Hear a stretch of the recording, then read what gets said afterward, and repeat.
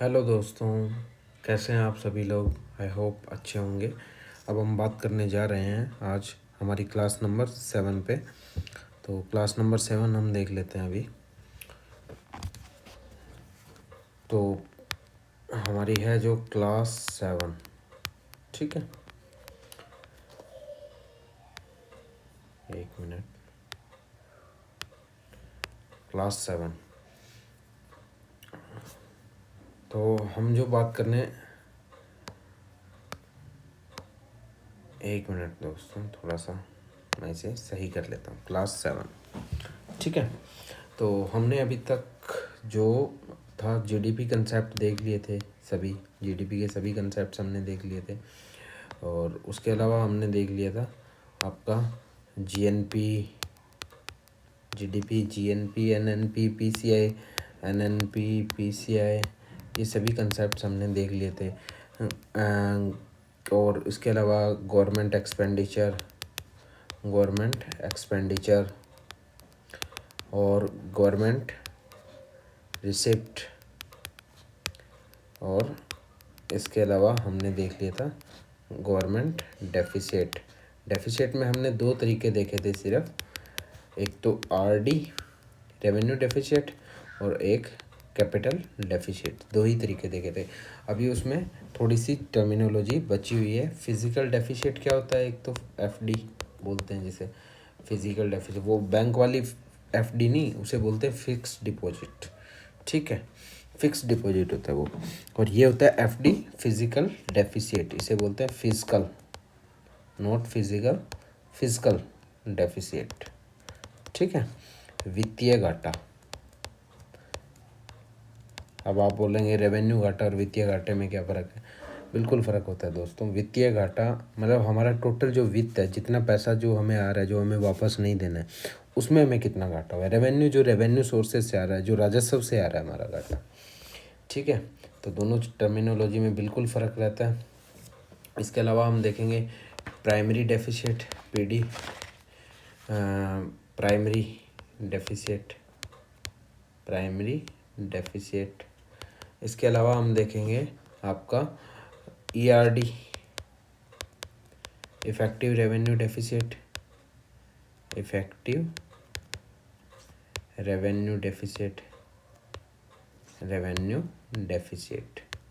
ठीक है। इफेक्टिव मतलब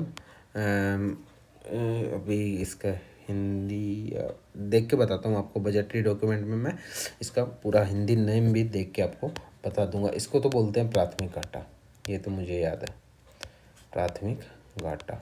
इफेक्टिव रेवेन्यू डेफिसिट का भी आपको नाम अभी हम बजट करेंगे आगे, तो उसमें देख के आपको अच्छे से बता दूंगा, ठीक है। तो सबसे पहले तो ये होता है एफडी, पीडी और ईआरडी, ये चीज़ें आपको याद रखनी है। तो सबसे पहले हम कर रहे हैं budgetary deficit.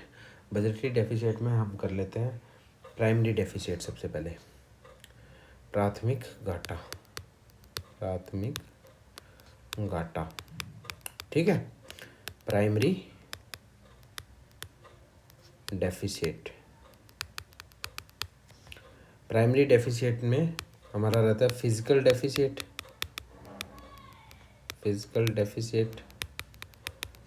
Minus interest payment, कि जितनी हमने इंटरेस्ट के लिए पेमेंट कर दी है इस महीने की। प्राथमिक घाटे का सिंपल मतलब होता है कि हमारा इस महीने का घाटा कितना है, इस साल का घाटा कितना है। तो इस साल जो हमने इंटरेस्ट पे कर दिया वो तो इस साल मुझे करना नहीं है, तो उसको मैं हटा दूँ। तो मेरा प्राथमिक घाटा कितना है, मतलब मुझे अभी पैसों की ज़रूरत कितनी है। इंटरेस्ट तो मैं पे कर चुका हूँ, ठीक है। तो वो पैसे अगर मैं कम कर दूंगा कि भाई उन पैसों को तो भूल जाओ एक बार, एक साल के लिए, तो वो पैसे फिजिकल डेफिसिट में से मैं कम कर दूंगा, वित्तीय घाटे में से। वित्तीय घाटा माइनस ब्याज भुगतान जो कर चुके हैं, ब्याज का जो भुगतान किया जा चुका है, उसे ही बोलते हैं प्राथमिक घाटा, ठीक है। अब आप सब लोगों के दिमाग में आ रहा होगा कि भाई ये फिजिकल डेफिसिट क्या है। फिर फिजिकल डेफिसिट होता है मेरा रेवेन्यू डेफिसिट, ठीक है। रेवेन्यू डेफिसिट में से मैं एनडीसीआर की वैल्यू निकाल देता हूँ। अब एनडीसीआर क्या होता है, अब ये भी दिमाग ख़राब वो कर देगा आपका एक बार में। ठीक है, तो मेरा टोटल एक्सपेंडिचर जो होता है, टोटल एक्सपेंडिचर जितना मेरा टोटल खर्चा होता है, ठीक है, टोटल एक्सपेंडिचर उसमें से मैं NDCR घटा दूंगा। NDCR क्या होता है भाई? टोटल खर्चा मतलब कुल व्यय माइनस नॉन डेब्ट कैपिटल रिसिप्ट, इसे बोलते हैं नॉन डेब्ट कैपिटल रिसिप्ट्स, कैपिटल रिसिप्ट्स। ठीक है, NDCR प्लस RD, ये जो भी आपका रेवेन्यू रिसिप्ट जो रहता है, ठीक है, प्लस रेवेन्यू रिसिप्ट्स,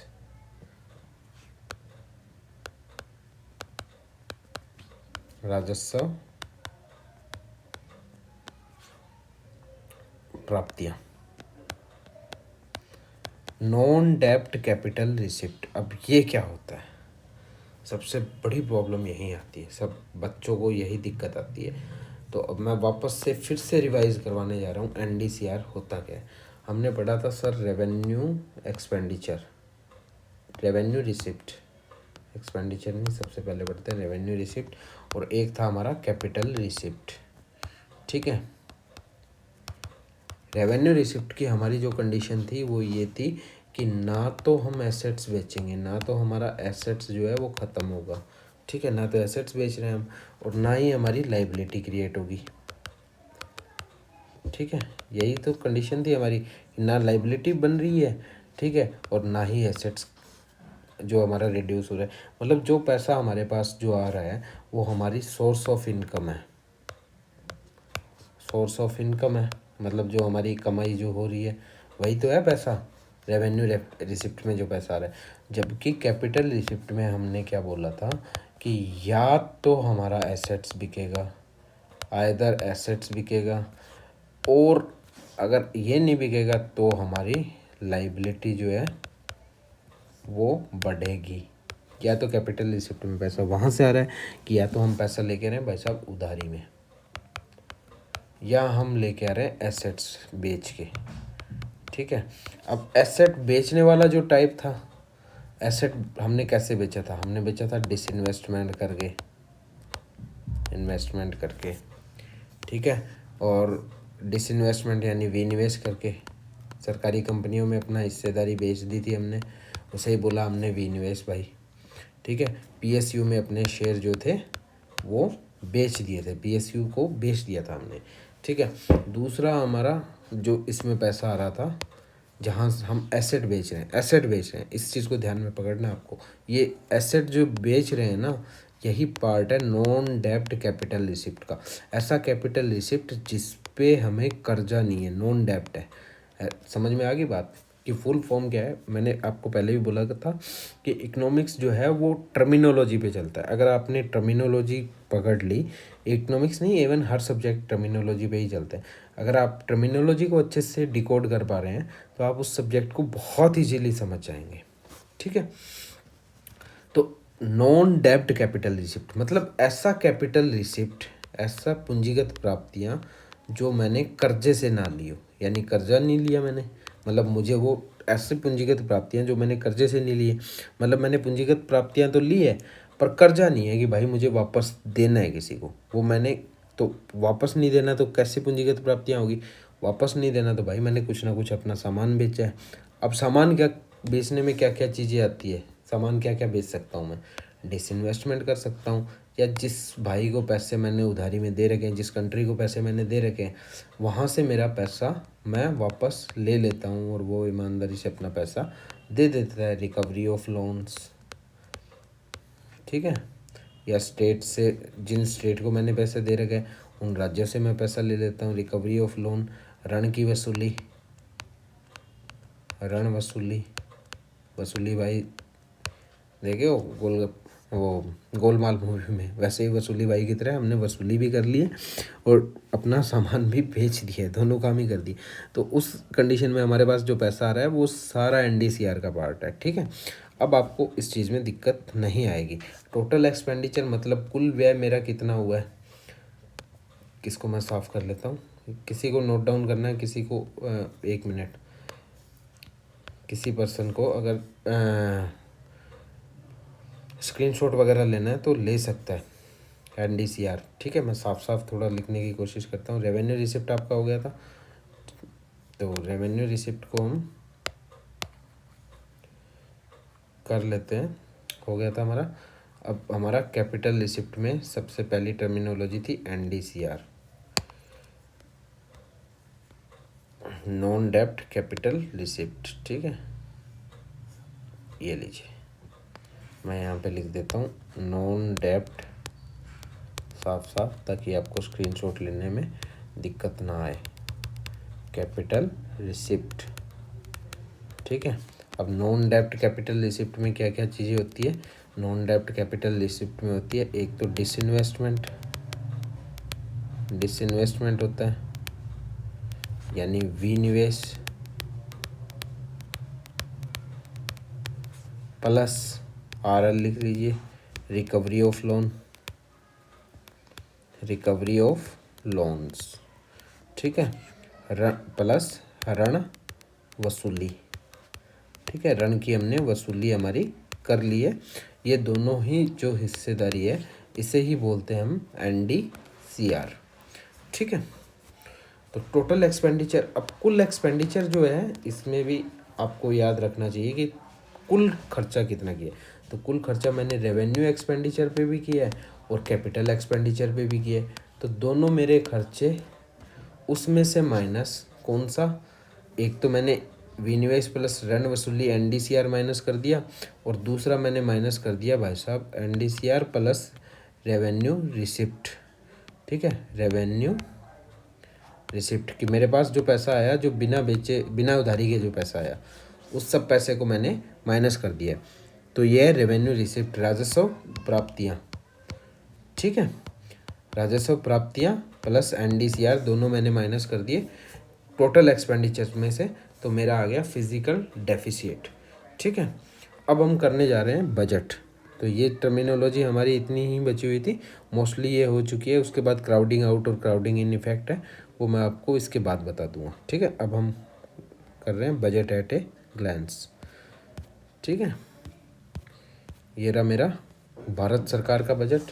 हमने ओरिजिनल बजट लिया ताकि आपको एनालिसिस करने में आसानी हो और आप चीज़ों को एनालाइज अच्छे से कर पाएँ, बजट को पढ़ना सीख सकें।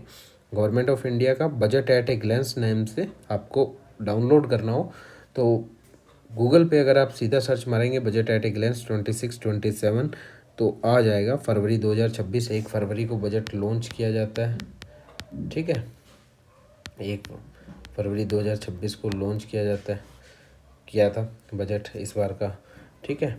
तो बजट का हमारे कॉन्स्टिट्यूशन में जिक्र है कि नहीं है, तो बजट नाम से कुछ भी नहीं लिखा हुआ, सिर्फ आर्टिकल 112 में ये लिखा गया है, 112 में ये लिखा गया है annual financial statement, annual financial statement. ये चीज़ हमें याद रखनी है कि बजट का जिक्र कहाँ है, कि आर्टिकल 112 में, और लिखा क्या गया है कि भाई साहब एनुअल फाइनेंशियल स्टेटमेंट लिखा गया है यहाँ पे, ठीक है। एनुअल फाइनेंशियल स्टेटमेंट मतलब वार्षिक वित्तीय स्टेटमेंट, स्टेटमेंट को अब हिंदी में क्या कहते हैं यार, वार्षिक वित्तीय सूची या स्टेटमेंट जो भी हो, आप इसे थोड़ा सा देख लीजिएगा हिंदी में, वार्षिक वित्तीय विवरण, सॉरी विवरण, अरे हिंदी याद तो आती है पर थोड़ा सा टर्मिनोलॉजी में इनमें दिक्कत होती है, वार्षिक वित्तीय विवरण। तो बजट का जिक्र जो है हमारे संविधान में किया गया है आर्टिकल 112 में, जिसमें एनुअल फाइनेंशियल स्टेटमेंट की बात की गई है, और इसी में हम आगे भी करेंगे फाइनेंस कमीशन, ठीक है। अभी 16 फाइनेंस कमीशन हुआ है, मोस्ट इंपॉर्टेंट है 16 फाइनेंस कमीशन।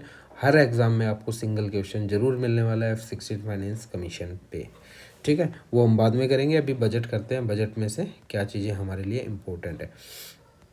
तो ये है बजट का सार, बजट एट ए ग्लैंस 26-27। तो इसे हम थोड़ा सा पढ़ने की कोशिश करते हैं बहुत जल्दी से थोड़ा सा। बजट सार में बजट की संपूर्ण बातों को इस ढंग से दर्शाया गया होता है, ठीक है। मतलब सब बातों को संपूर्ण ढंग से इस प्रकार दर्शाया गया होता है ताकि उन्हें आसानी से समझा जा सके। इस फॉर्मेट में इसे लिखा जाता है। इस दस्तावेज में भारत सरकार की प्राप्तियों और व्यय के साथ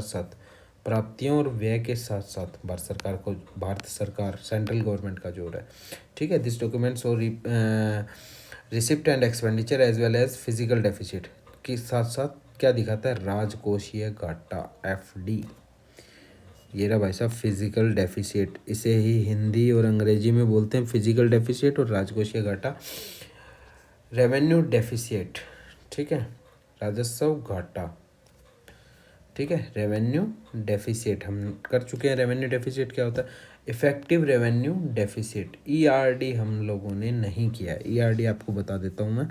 ERD क्या होता है, प्रभावी राजस्व घाटा, ठीक है। अब जो हमारा ERD है वो भाई साहब कुछ नहीं होता, रेवेन्यू डेफिसिट जो होता है हमारा राजस्व घाटा जो है, ठीक है। हिंदी मीडियम वालों को दिक्कत हो तो हमने राजस्व घाटा में आपको याद हो कि रेवेन्यू एक्सपेंडिचर में हमने एक और चीज़ की थी कि हम जो ग्रांट देते हैं स्टेट्स को, ठीक है, grants to state and UTs, states and UTs, ठीक है। ग्रांट जो हम देते हैं, ग्रांट जो देते हैं स्टेट, राज्य व संघ शासित प्रदेशों को, ठीक है। ये हमने क्यों दिए ग्रांट हमने दिए स्पेसिफिक पर्पस के लिए कि इससे कैपिटल कुछ आप बनाओ। ये एज ए कैपेक्स का पार्ट है। कैपेक्स आगे वर्डिंग यूज आएगी, आपको बता दें। कैपेक्स बोलते हैं कैपिटल एक्सपेंडिचर को, कैपेक्स बोला जाता है कैपिटल एक्सपेंडिचर। ये कैप है कैपिटल और एक्स है एक्सपेंडिचर, ठीक है। तो आपको ये टर्मिनोलॉजीज ऐसी ध्यान में रखनी है। तो ये पार्ट है भाई साहब कैपेक्स का, एग्जैक्टली पार्ट रहता है कैपेक्स का, क्योंकि आपको जो ग्रांट दी गई है वो एसेट क्रिएशन के लिए दी गई है। इससे आप कुछ ना कुछ एसेट बनाएंगे कि आप सड़क बना रहे हैं, ग्रांट दी गई है, सड़क बना रहे हैं, हॉस्पिटल बना रहे हैं, कुछ बना रहे हैं, तो वो भाई साहब मेरा खर्चा कहाँ हुआ, वो चीज़ तो मेरी खर्चा हुई नहीं ना, वो चीज़ तो मेरी क्या हो रही है, वो चीज़ तो मेरा एसेट बन रहा है, संपत्ति बन रही है। तो उस संपत्ति को अगर हम राजस्व घाटे में से ग्रांट स्टेट का जो हम कम कर देंगे तो उसे ही बोलते हैं ERD, इफेक्टिव, प्रभावी कितना है मेरा घाटा, कि मुझे असल में घाटा कितना हुआ है, ठीक है। वो आई होप क्लियर हो गया होगा। उसके बाद हम देखते हैं प्राथमिक घाटा। प्राथमिक घाटे में हमने इंटरेस्ट जो पे किया था उसे घटा दिया था, प्राइमरी डेफिसिट, ठीक है। अब हिंदी टर्मिनोलॉजी में किसकी भूल गया था, शायद ERD की भूल गया था। अब देख लीजिएगा, जो भी हो आप देखने की थोड़ा सा अपने से को।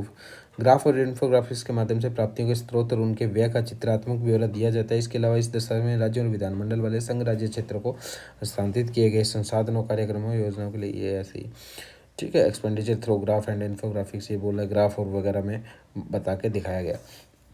अब ये यहाँ पे डेफिनेशन दे रहा है आपको, राजकोषीय घाटा FD, कुल व्यय, टोटल एक्सपेंडिचर और कुल प्राप्तियों के बीच का अंतर होता है। प्राप्तियाँ कौन सी होती है, प्राप्तियाँ भी हमने कर ली, ऋण पूंजीगत प्राप्तियों को छोड़कर, मतलब ऐसी प्राप्तियाँ जो हमारे ऋण में शामिल हो, मतलब जो कर्जे में शामिल हो, यही तो मैंने बोला, एक्सक्लूडिंग डेब्ट कैपिटल रिसिप्ट। ऐसी कैपिटल रिसिप्ट जो हमने बोरोविंग की है वो हमने जोड़ी नहीं ना। हमने कौन सा पैसा जोड़ा था, बोरोविंग वाली इसमें इंक्लूड नहीं होगी। हमने कौन सा पैसा जोड़ा था, हमने पैसा जोड़ा था जी, एक तो रेवेन्यू रिसिप्ट हमारे पास जो आ रहा है, ठीक है। उसके बाद नॉन डेब्ट कैपिटल रिसिप्ट, ऐसी कैपिटल रिसिप्ट जो नॉन डेब्ट है, जो कर्जा नहीं है, मतलब जो हम बोरोविंग नहीं कर रहे हैं, ठीक है। FD is reflective of the total borrowing requirement of government, ठीक है। FD इज रिफ्लेक्टिव, FD जो है वो रिफ्लेक्ट करती है total borrowing requirement of government, सरकार की बोरोविंग रिक्वायरमेंट को। FD जो है वो ये दिखाता है कि सरकार को कितना पैसा उधारी में लेना है, ठीक है। सरकार की कुल उधारी आवश्यकता को दर्शाता है एफडी, ये देखिए, ठीक है। राजस्व घाटे आरडी का अर्थ होता है revenue deficit refer to the excess of revenue expenditure, ये दिखाता है। आरडी क्या दिखाता है, राजस्व घाटा हमें क्या दिखाता है, राजस्व व्यय राजस्व प्राप्तियों से अधिक होना दिखाता है, ठीक है।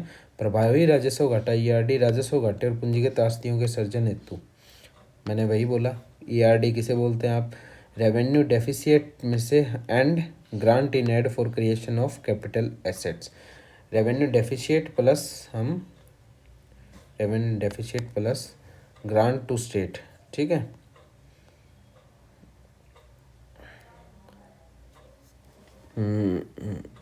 ग्रांट आरडी में से ईआरडी हमेशा ही कम होता है आरडी से।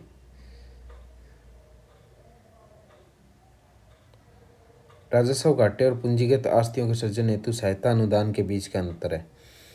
ईआरडी इज द डिफरेंस, यार दिमाग मतलब पजल हो रहा है, यहाँ माइनस ही होगा, माइनस मैं यही सोच रहा हूँ यार, कम होता है। ईआरडी ऑलवेज लोअर होता है आरडी से, आरडी के कंपैरिजन ईआरडी हमेशा ही कम होगा। Difference between revenue deficient and grant in aid for creation of capital asset, कि हमने जो ग्रांट दे दी है एसेट बनाने के लिए वो हमेशा ही माइनस हो जाएगी, ठीक है। Primary deficit is measured as physical deficit less interest payment, मैंने ये बता दिया आपको कि प्राथमिक घाटा जो है राजकोषीय घाटे में से ब्याज अदायगियों को घटाकर निकाला जाता है। ये मैंने आपको बोला था, PD is equal to physical deficit minus interest payment, ठीक है। इंटरेस्ट पेमेंट हम जो कर चुके हैं, हमें अभी कितना घाटा है, ब्याज भुगतान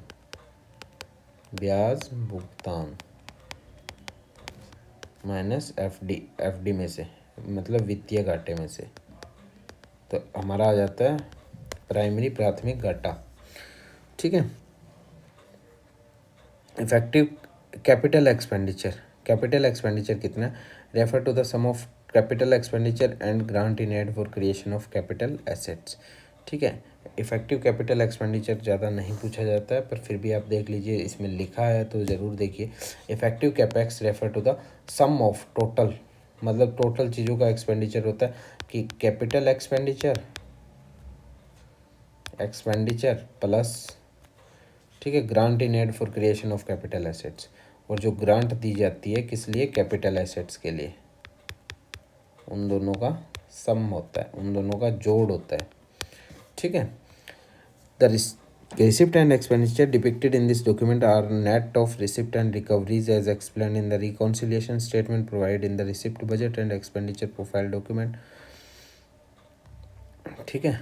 तो अब हम करने जा रहे हैं, अब ये रिवाइज्ड एस्टिमेट में बोल रहे हैं कुछ, तो अब हम डायरेक्ट बजट करेंगे। बजट अनुमान बी, कुल व्यय 53,57,000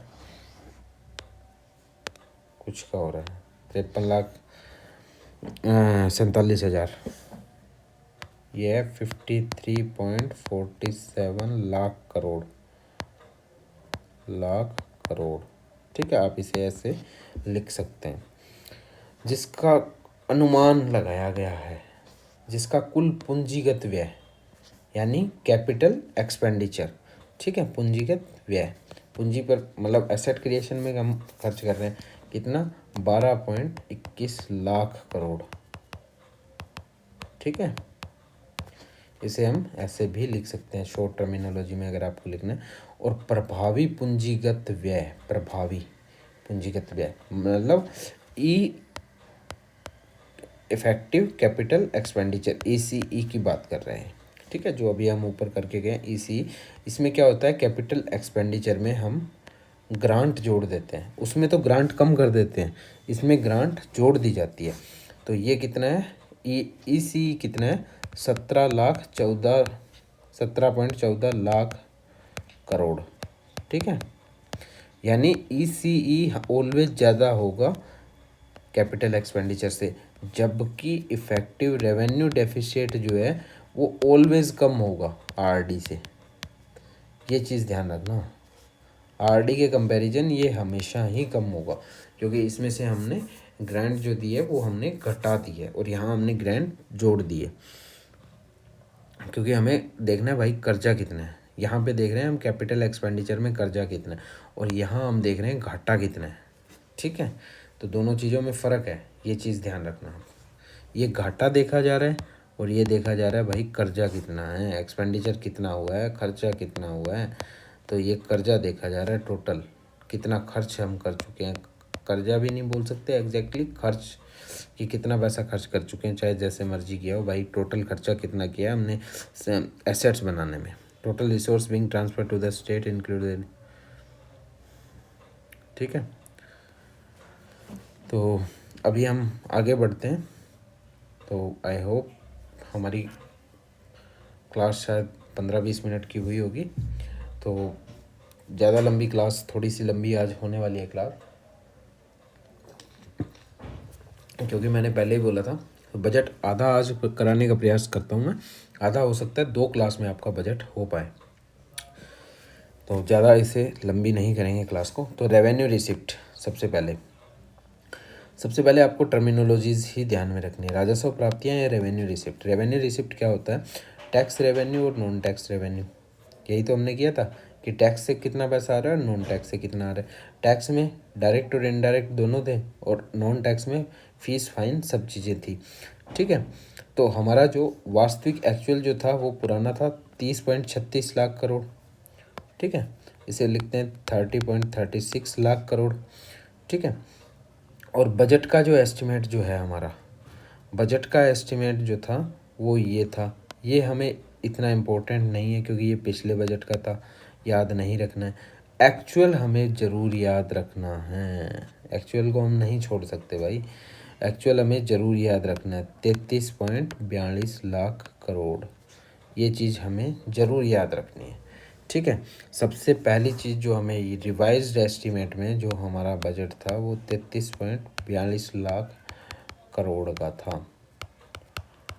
पहली बात तो ये देख लीजिए रिवाइज्ड एस्टीमेट क्या होता है और बजट एस्टीमेट क्या होता है। सबसे पहले ये चीज़ देखिए आप।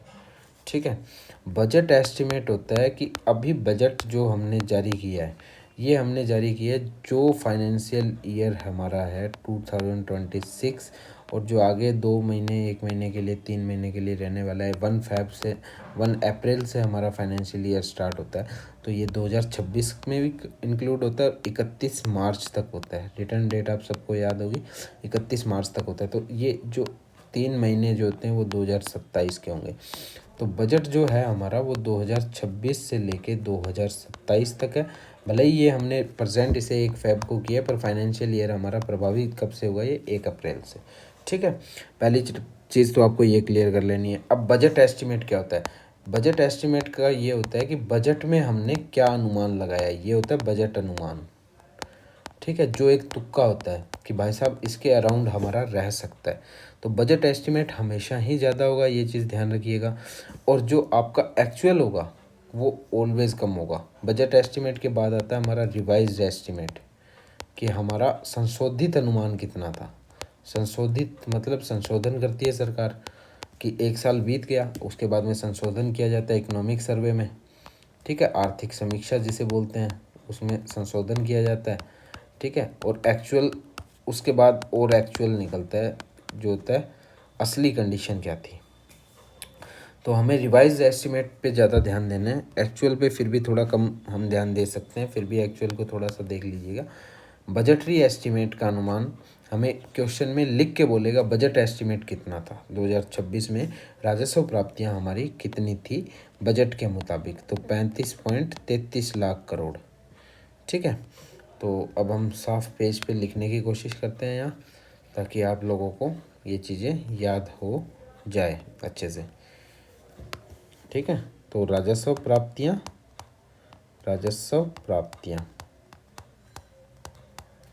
ठीक है, एक्चुअल, और उसके बाद रिवाइज्ड मतलब संशोधित, और उसके बाद हमारा बजट। ठीक है, तो राजस्व प्राप्तियां हमारा हो गया है। राजस्व प्राप्तियां हमारी एक्चुअल है 30.36 लाख करोड़। ये है लाख करोड़ में, सभी डेटा जो हमारे दिए जा रहे हैं। ठीक है, 30.36 लाख करोड़। और एक्चुअल जो है हमारा रिवाइज जो था हमारा 33.42 लाख करोड़ था। ठीक है, अब आप देखिएगा बजट एस्टिमेट पिछले बजट में हमने अनुमान लगाया था 34.20 लाख करोड़ का, निकला कितना रिवाइज में, कितना निकला 33.42 लाख करोड़। मतलब रिवाइज एस्टिमेट बजट एस्टिमेट से हमेशा ही कम होगा। ठीक है, अब हम अनुमान लगा रहे हैं इस बजट का 2026-27 के बजट का 35.42 था ना, 35.33। ठीक है, 35.33 लाख करोड़। ठीक है, तो ये हो गया हमारा राजस्व प्राप्तियाँ। यहाँ तक किसी को कोई दिक्कत हो तो क्वेश्चन आप क्लास पूरा देखिए। देख रहा हूँ मैं, लोग क्लास नहीं देख रहे हैं, इसमें मेरा नुकसान नहीं है क्योंकि मुझे तो सिर्फ वीडियो बनाना है, मुझे तो चीज़ें आती है। अगर आप नहीं देखेंगे उसे ढंग से, रिवाइज नहीं करेंगे इन चीज़ों को, तो आप सीख नहीं पाएंगे, और सीख नहीं पाएंगे तो इकोनॉमिक्स के हर बार की तरह आपके क्वेश्चन गलत होते रहेंगे। ठीक है, तो इसलिए आपको क्लास से हमें पूरी देखनी है, इसमें आपका बेनिफिट ही है। तो कर राजस्व कितना है, टैक्स रेवेन्यू कितना है? टैक्स रेवेन्यू है 26.74 एस्टिमेट में, और 28.66 कर राजस्व हम देख लेते हैं। फिर भी मतलब हमें इतना याद नहीं रखना है, पर ये देखिए कर राजस्व हमें कुछ चीज़ें पता होनी चाहिए। और नॉन कर को बोलते हैं कर भिन्न राजस्व। और इसमें ए पार्ट ये था, राजस्व कहाँ से आता है, एक तो इससे आता है और एक नॉन टैक्स रेवेन्यू से आता है। कर भिन्न मतलब फीस वगैरह से भिन्न राजस्व।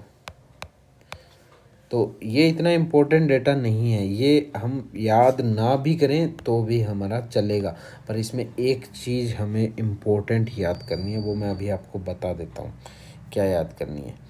ठीक है, तो ये है ऐसा 25 लाख रुपए के आसपास, 25.0। ये 25 है तो नीचे वाला 5 होगा, 5.36, क्योंकि 5.36 ही बचता है हमारा। अब ये है 26.74, 26.74, और नीचे वाला कर भिन्न राजस्व बचता है 6.67। इसमें से एक को माइनस कर देंगे तो दूसरा हमारा आ जाएगा, क्योंकि ये टोटल है। ये इसका कर भिन्न राजस्व और कर राजस्व दोनों का टोटल अगर हम करेंगे तो हमारा ये चीज़ आ जाएगी, राजस्व प्राप्तियाँ। ठीक है, दोनों का सम करेंगे तो आप लोगों को ये चीज़ समझ लेनी है अच्छे से। अब बजट एस्टिमेट में हमारा 28.66 है, तो हमें इसमें ये याद नहीं रखना है, सिर्फ हमें ये जो याद रखना है, मैं डार्क सर्किल कर देता हूँ ताकि आपको याद रहे। इस चीज़ को हमें याद करना है, इस चीज़ को हमें याद करना है, इस चीज़ को हमें याद करना है। और दूसरा, अगर हम डेटा याद कर सकते हैं बजट में तो इस चीज़ का याद कर सकते हैं कि हमारा टैक्स कर भिन्न राजस्व जो है, फीस और फाइन से जो पैसा आता है 6.67 है, और टैक्स से जो पैसा आता है 26.74 है। तो हमें एक बड़ी बड़ी चीज़ यहाँ पे समझ में जो आ रही है वो चीज़ ये है हमारी 6.66, इसका 6.66। तो हमें बड़ी बड़ी जो चीज़ इन चीज़ को देख के समझ आ रही है कि हमारा टैक्स रेवेन्यू, टैक्स राजस्व जो है, कर प्राप्तियां, कर से जो राजस्व है हमारा, कर राजस्व जो है वो हमारा हमेशा ही ज़्यादा है, इवन 4 गुना है, 4x टाइम है। ये देखिए 6 चौके 24, 4 गुना अप्रोक्सीमेट, 6 चौके 24, फिर 4 गुना, ये 5 चौके 20, उससे भी ज़्यादा है, 5.4x, मोर देन 5, 4 गुना से भी ज़्यादा है, 4 गुना से भी ज़्यादा है। ज़्यादा किससे है? ज़्यादा है कर भिन्न राजस्व से। आजकल स्टेटमेंट वाले क्वेश्चन जैसे रीट एग्ज़ाम में मैंने देखे थे, तो पूछ रहा है, तो ऐसा क्वेश्चन आपसे पूछ सकता है कि राजस्व प्राप्तियों में, भारत के बजट में या राजस्थान के बजट में राजस्व प्राप्तियों में सबसे ज़्यादा जो प्राप्त होता है वो कर भिन्न राजस्व से प्राप्त होता है इंडिया के बजट में। तो आपको याद रखना, नहीं भाई ये स्टेटमेंट गलत है, बिल्कुल स्टेटमेंट सही क्या होगा, कर राजस्व से सबसे ज़्यादा हमें जो कर है वो प्राप्त होता है, ना कि राजस्व प्राप्तियों में सबसे ज़्यादा कर भिन्न राजस्व से प्राप्त होता है। कर भिन्न राजस्व बोलते हैं फाइन और फीस जो चीज़ें इंक्लूड इसमें होती है। और ये होता है टैक्स, टैक्स जिसमें डायरेक्ट और इनडायरेक्ट दोनों आते हैं। डायरेक्ट और इनडायरेक्ट दोनों आते हैं। ठीक है, तो ये चीज़ें आपको याद रखनी है। तो राजस्व प्राप्तियाँ हमारा हो गया, हमने अच्छे से देख लिया। अब हम करते हैं कैपिटल रिसिप्ट। ज़्यादा आपका दिमाग नहीं खाऊंगा, बहुत कम करवाने की कोशिश करूंगा ताकि आप चीज़ों को थोड़ा सा समझ पाएँ, थोड़ा इंटरेस्टिंग बना पाएँ। मैंने बहुत कोशिश की आपको चीज़ें इंटरेस्टिंग बनाने की, फिर भी आप थोड़ा सा इसमें पजल हो सकते हैं क्योंकि डेटा इतने हैं। पूंजीगत प्राप्तियाँ, कैपिटल रिसिप्ट। ठीक है, अब हम करते हैं कैपिटल रिसिप्ट। पूंजीगत प्राप्तियाँ मैंने आपको बताया था, जिनसे एसेट का निर्माण किया जाता है। ऐसा पैसा कहाँ खर्च हो रहा है? जो एसेट का निर्माण किया जाता है। ऐसा पैसा जो रिकवरी ऑफ लोन से आ रहा है, ऋणों की वसूली से आ रहा है। अन्य प्राप्तियाँ मतलब डिसइन्वेस्टमेंट से आ रहा है, और उधार और अन्य देयताओं से आ रहा है, बोरोविंग एंड अदर लाइबिलिटीज़। ठीक है, इन सभी चीज़ों को ऋण वसूली, अन्य प्राप्तियाँ, उधार और अन्य देयताएं, ठीक है, मतलब 5 + 6 + 7, इन तीनों टॉपिक को अगर हम जोड़ देंगे तो हमारा आ जाता है भाई साहब पूंजीगत प्राप्तियाँ। ठीक है, पूंजीगत प्राप्तियाँ हमारा एक्चुअल था 16.16। ठीक है, 16.16 करोड़, लाख करोड़। ठीक है, 16.16 लाख करोड़। और इसमें अभी हमारा बजट अनुमान, बजट एस्टिमेट हम इतना नहीं देखेंगे, हम देखेंगे सिर्फ रिवाइज एस्टिमेट। ठीक है, 16.22। अब फिर हमने यहाँ पे अनुमान लगाया था कि हम इतना पैसा खर्च कर देंगे, खर्च हम इतना कर पाए, तो इसी में भी हम फिर तुक्का मार रहे हैं कि हमें 18.14 लाख करोड़ हम खर्च कर देंगे, जबकि ये कम ही निकलेगा, 17.5 के आसपास अराउंड ही निकल पाएगा, 17.5 या 1780 के आसपास निकलेगा अगले साल जब हम रिवाइज़ करेंगे। तो पर हमें याद रखना है, हमारा पर्पस याद रखने से है। ये हमने बजट एस्टिमेट लगाया 18.14 लाख करोड़ और 16.22 लाख करोड़।